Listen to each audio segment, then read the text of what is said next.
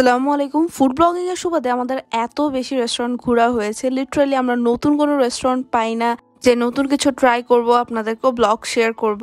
যাই হোক, ক্লিক ক্যাফের একটা পোস্ট ওই দিন আমার নিউজ ফিডে আসলো এবং খেয়াল করলাম এই রেস্টুরেন্টে এখন পর্যন্ত আমার যাওয়া হয় নাই।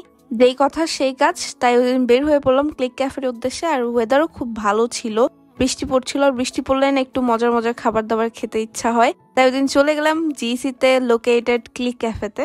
আর আমাদের ওদের এই কোজি অ্যাম্বিয়েন্সটা খুবই পছন্দ হয়েছে। বাইরেও বসার একটা জায়গা আছে, আপনারা চাইলে বাইরেও বসতে পারেন।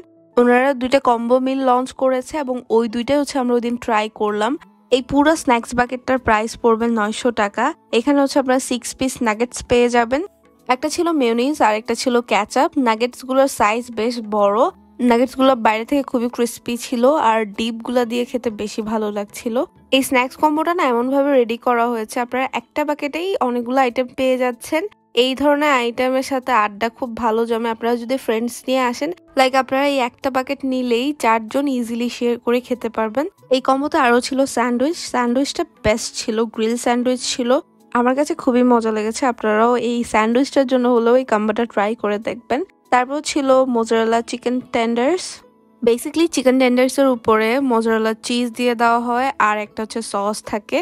তো এই কারণে চিকেন টেন্ডার্সটা খেতে একদম ডিফারেন্ট ছিল। আর এই চিকেন টেন্ডার্সটা মেয়োনিজের সাথে আরো বেশি ভালো লাগছিল। এই কম্বোতে কিন্তু অনেকগুলো ফ্রাইজও পেয়ে যাচ্ছেন। সো ওভারঅল আমার কাছে একদম পারফেক্ট একটা স্ন্যাক্স কম্বো মনে হয়েছে।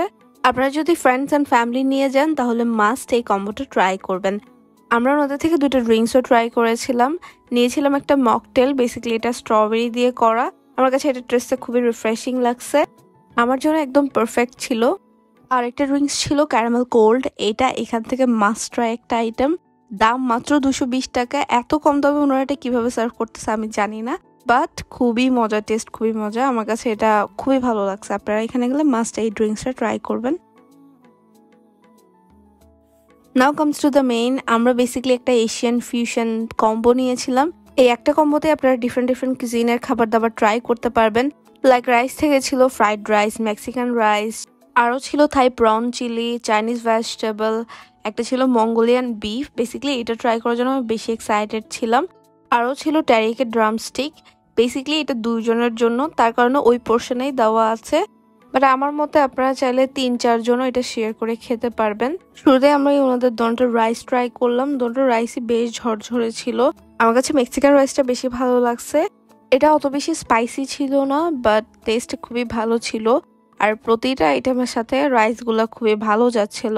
ওভারঅল আমার কাছে রাইসগুলো ভালোই লাগছে, আপনারাও ট্রাই করে দেখতে পারেন। তারপর আমি বেশি এক্সাইটেড ছিলাম ওনাদের যে মঙ্গোলিয়ান বিফ আছে সেটা ট্রাই করার জন্য। তো নেক্সট আমি ওইটাই ট্রাই করলাম। এই বিফটা থেকে সোয়া সসের অনেক ভালো একটা ফ্লেভার আসছিল। ওভারঅল আমার কাছে এই বিফটাও ভালো লাগছে। থাই প্রন থেকে থাই পাতার অনেক ভালো একটা ফ্লেভার আসছিল, গ্র্যাভিটাও বেশ মজা ছিল।